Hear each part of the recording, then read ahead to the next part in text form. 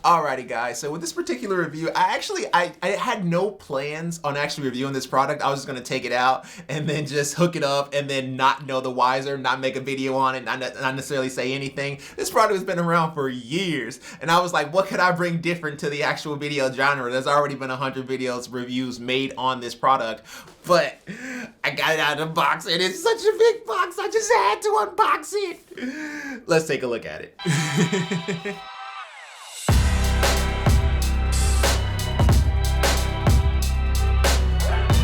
Boram. How you doing? How you be? Top to the AB, and this is the Shure SM7B. We're gonna unbox it, take a look at it. As far as comparisons go, I actually do have the Yeti Pro here that we're gonna compare it to the incumbent of my desk currently, and we're gonna go ahead and unbox this guy and take a look. So this is going to be a dynamic cardioid mic, and one of the best cardioid mics that I know of or I've heard about.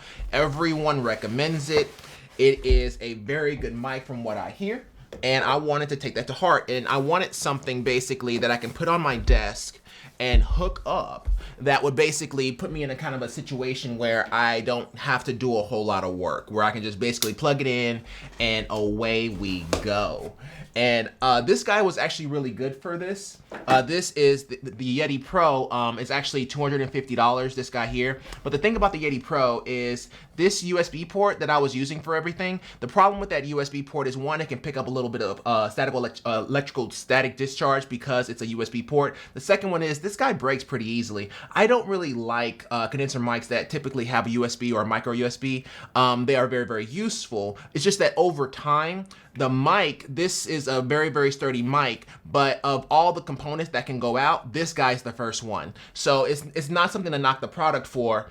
I've had this product for years. I've had it for years and years and years and years and years and years. So don't think that, you know, it makes it a bad product or anything like that. I'm not saying that. It's just that I typically prefer XLR or USB-C over micro USB or the USB equivalent of a printer cable. So we're gonna go ahead and unbox this guy if we can. It sure is fighting us for it. Okay, cool. Oh, that is fancy. All right, cool. So you get a Shure limited warranty here, which is pretty cool. You get a sticker that has Shure on it, which is awesome. And it's like lime green, which is a great color. We also get whatever this is. Oh, safety precautions. And this here is, I'm not sure, addendum. All right, cool. We get the user guide.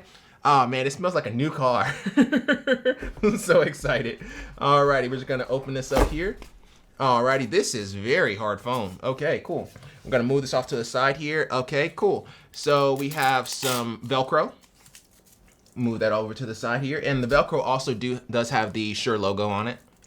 And, ooh, so before we even get to that, alrighty, we're just gonna go ahead and pull out this guy here. This looks like it's going to be the pop filter. So it comes with the pop filter. The mic itself is suspended, and it gives you a pop filter as well. They call it a pop filter. Now, of course, if you say the letter P a whole bunch of times, which of course we'll do in the testing, we'll see exactly how good it is and whether or not you really do need a pop filter. When I'm doing the test, I'm only gonna be doing it with this guy here, so just be warned. And then we have the mic here, which is really, really nice here. So we're gonna go ahead and move this out of the way, as well as a little Shure badge that you basically can put right there. So a little badge that you would just screw in onto the bottom of this guy. So we're just gonna move this over to the side here, and we're gonna put this down. Alrighty. Oh, cool. So you get a female to female 3/4 inch in order to plug this in for, well, not necessarily plug this in, but screw this in right here. So we're just gonna move this over here. We're just gonna take this out of the plastic and take a look at it. Alrighty. So this looks really good. Ooh. If you want to go clubbing, you can knock someone out with this. This is extremely sturdy here. This is straight metal. So this is definitely one expensive product. Now, to be fair, the Yeti Pro is only coming in at around $250. This is a $400 condenser mic. So on the yoke here, this is solid metal construction here. You have the turn knobs to actually make it more tight or loose, depending on how you see fit here. It is only XLR. It has on the underside here, it has a mid booster as well as a low cut filter. And we'll play with these in the actual testing so you can actually get an idea of what does what. And we're just gonna go pull this off. I know you can, I just don't wanna mess it up. Okay, cool. So we're just gonna pull that off here. And as you can see there, the mic is actually suspended. And then it has this, this metal shroud around it that protects the mic. And then you have two different microphone hoods to choose from. You have the pop filter and then you have the standard hood that would go on it.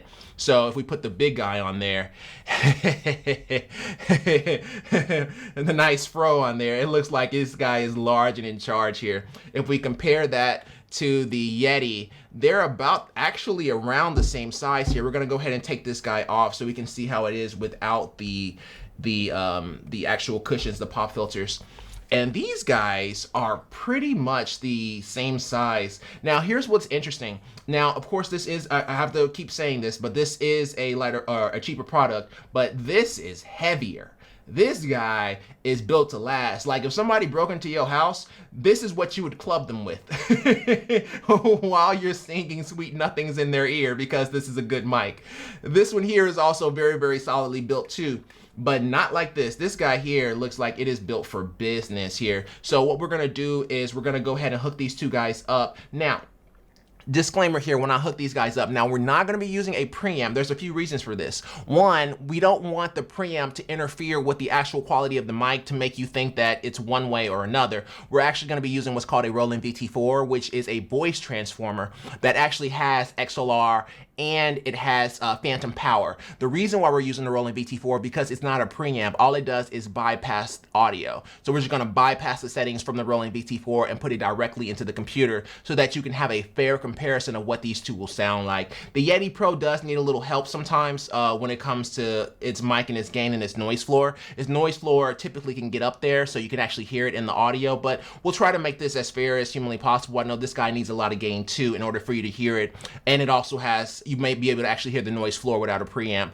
but I just wanted to do an apples to apples comparison. So we'll go ahead and take a look at these two guys hooked up and see what we get. Alrighty, just giving you guys a quick idea of how I have the Shure SM7B set up and my particular configuration. So if you guys are trying to set this up yourself, hopefully this will help here. So I have to pull out the old gimbal. So let's take a look. Alrighty. So here, what we got going on here is that we have the Shure hooked up to, this is a Rode clamp, and basically that that female to female 3/4 inch thread, we just hooked that up here. We have an XLR cable going all the way around my computer desk here. This is a standing desk, and review coming soon, by the way, going into this guy here, which is the Roland VT4. And the Roland VT4 is just a transformer here, as it says there. Just a transformer. Do that. So Roland VT4 is just a transformer, and it has a USB port going into my computer, and that is it. That is pretty much the entire setup there. So this guy here, it can increase the gain, but we're going to keep it at bypass so that we don't increase the gain at all, and we're just going to test it just like this to see how it sounds. Now, if it's bad, of course, we'll reconfigure it, because most likely what will happen is that it does need some type of gain. So we'll see how that goes here, and I'll just let you guys know once we get to that part of the video. Let's get into it. Alrighty, form. So what we currently have here, we have the Shure SM7B plugged into XLR going into the Roland VT4. I did max out the sensitivity on the Roland VT4 to max out the sensitivity, but it's still in bypass mode, so there's no amps. It's still not applying anything. This is strictly the mic. Okay, so obviously putting a preamp on it will make it a lot better, and it will help with that noise floor. But I wanted you to get a good understanding of how it sounds without anything on it. So when you add your preamps, it will obviously sound better. I don't really like those videos where, they have like the best preamp in the world, have like $1,000 preamp, and it makes it sound amazing, but then you get it and you hook it up and it's like, what is this? So, I mean, obviously you shouldn't have that issue with this product, but I figured I would go ahead and make this video while I have the Roland VT4. So currently I'm right up on the mic here. And I am also recording the audio going into the mic. So we're going to do a testing 1 2 3, testing 1 2 3. This is the Shure SM7B. I am directly, I would say, about 6 inches away from the mic, testing 1 2 3. I am going to be moving my mouth around the mic so you can actually hear the noise rejection. Testing 1 2 3, testing 1 2 3, testing 1 2 3, testing 1 2 3, testing 1 2 3, testing 1 2 3, testing 1 2 3. Testing 1 2 3, testing 1 2 3, testing 1 2 3, testing 1 2 3, testing 1 2 3, testing 1 2 3, testing 1 2 3, testing 1 2 3, testing 1 2 3, testing 1 2 3, testing 1 2 3, testing 1 2 3, testing 1 2 3. That gives you a good understanding of how it sounds. And this is with the flat profile. I haven't changed anything on the low cut or the midtones. So now I'm going to start modifying the low cut and midtone so you can hear what the difference is. Alrighty, so this is a test. We are using the bass roll off turned on. So bass roll off is turned on. This is accomplished by pushing the 2 buttons in the back all the way down. So bass roll off is on right now. Testing 1 2 3, testing 1 2 3. The big pop filter is on. Testing 1 2 3. Peter Piper Peck the Peck of Pickled Peppers. Testing 1 2 3. Alrighty, so this is the test with the low cut filter or the bass filter turned on, as well as the midtones turned on. Testing 1 2 3, testing 1 2 3. Peter Piper Peck the Peck of Pickled Peppers. Testing 1 2 3.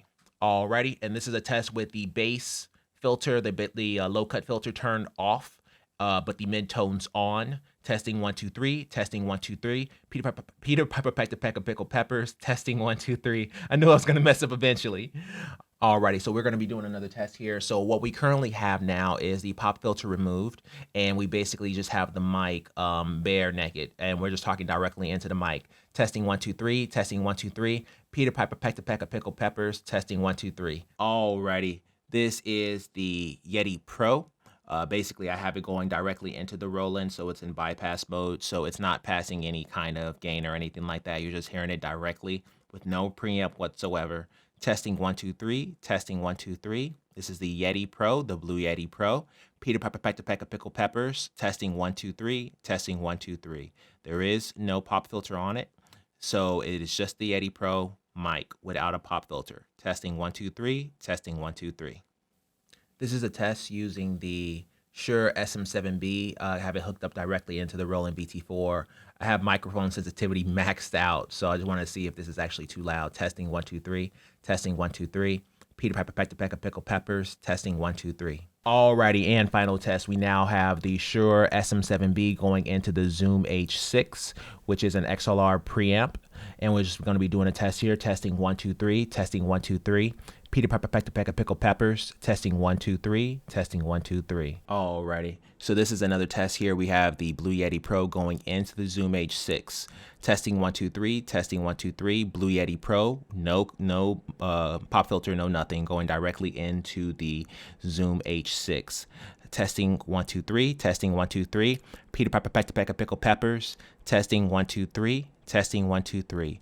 Blue Yeti Pro into the Zoom H6. So, final thoughts. I don't know about you guys, but the Blue Yeti Pro came to play, boy. That Blue Yeti Pro was not messing around. Oh my goodness, he was not playing. It must have heard that I was getting ready to get rid of it, and then all of a sudden it just came and showed up to the dance, boy. It came to play. Now, to be fair, I think that the Shure SM7B definitely has a little bit better audio quality, a bit more fuller voice, but the Yeti Pro is $250. This guy is $400, so that's a $150 price difference. And the Yeti Pro sounds really good. That's, on top of that, the Yeti Pro did not need as much gain as the Shure. The Shure needs like 50 decibels, and that's 50 decibels clean. Because if not, then you'll pick up that noise floor like you heard. It needs to go into a preamp that gives it some pretty clean gain. This guy doesn't need that much gain. This guy needs like 20. It doesn't need a lot. You can fix it in post. It does not need much. So this guy is, I would say right at 20. It needs somewhere around there. So this guy doesn't need anywhere near as much gain as this guy does. So if you don't have, like a really, really big preamp or a really powerful preamp, and you like the sound quality of the Yeti Pro, then I would say pick this guy up. I liked it. Over the years, it's done some serious work. I've had this guy for like 5 years, basically when I started the channel. So a long, long time ago is when I got this guy, and I've had it for that long. So this guy here, it's time to lay it to rest. But this guy here, they still sell this, by the way. So the link will be in the description. So if you guys want to pick this up, you can pick it up. But this right here, son, this guy is impressive compared to this guy. And everybody says and swears by the Shure SM7B, but the Yeti Pro was getting on it. So let me know what you guys think. I'd love to hear what you guys' opinion is of the sound quality between the two. And yeah, that's going to do it for today's episode. The Shure SM7B is a great sounding mic, especially when you have a Zoom or a preamp or just any preamp going into it. Then it sounds really, really good and very, very crispy. And that's going to do it for today's video. Thank you guys so much for watching. If you like this video, go ahead and like button. If you really like it, go ahead and subscribe. I love you either way. Take care. All the best and bye.